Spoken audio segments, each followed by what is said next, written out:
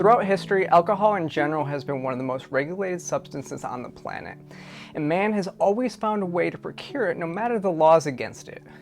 Whether it's the moonshine made in the hills of West Virginia during Prohibition, the mezcal distilled in clay pots in the Mexican inland ravines during the Spanish Prohibition, or the Georgian wines made in buried clay pots with bark from cherry trees inside during the Soviet Union. It is one substance that government has failed to stop people from using.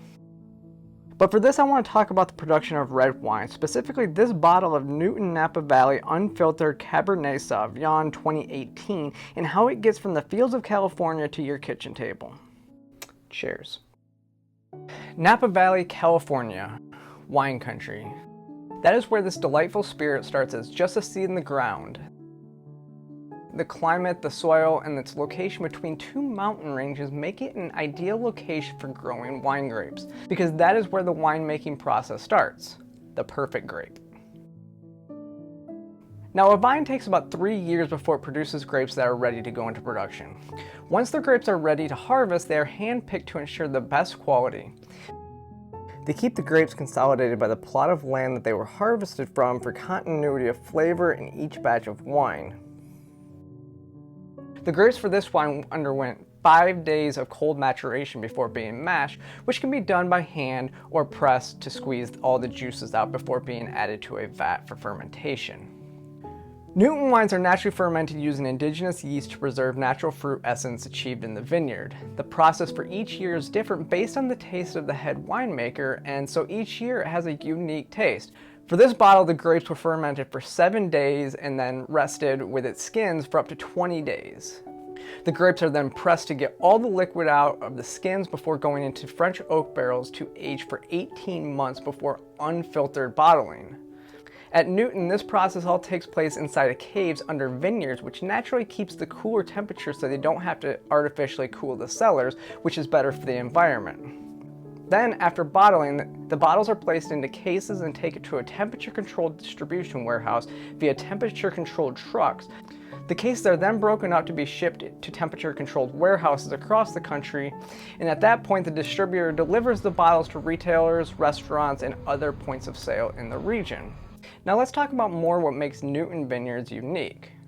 First, the vineyard is environmentally friendly. They use natural irrigation from the ponds to water the vines in the summer, and all the byproducts from the grapes are composted to be used as natural fertilizers back in the fields. However, the vineyard is not without its challenges. Weather plays a big role in the quality of grapes and taste of wine. As well, Napa Valley is in an area that is prone to forest fires, and smoke alone from these fires can damage the crop. We mentioned the fast-moving glass fire has burned 11,000 acres now in Napa County. It broke out early Sunday. It's threatening 2,200 buildings and has already wiped out a winery. More than 1,800 people have been forced to leave their homes, and about 5,000 others are under some form of evacuation order. In 2020, the glass fire destroyed the entire year's crop and damaged almost 70 acres of the vineyard at Newton. The plots are currently being incrementally replanted, and they are hoping to be done by 2026. Go back to the fact that it takes 3 years before trees are producing usable grapes. It means this disaster caused nearly 10 years of reduced production of wine.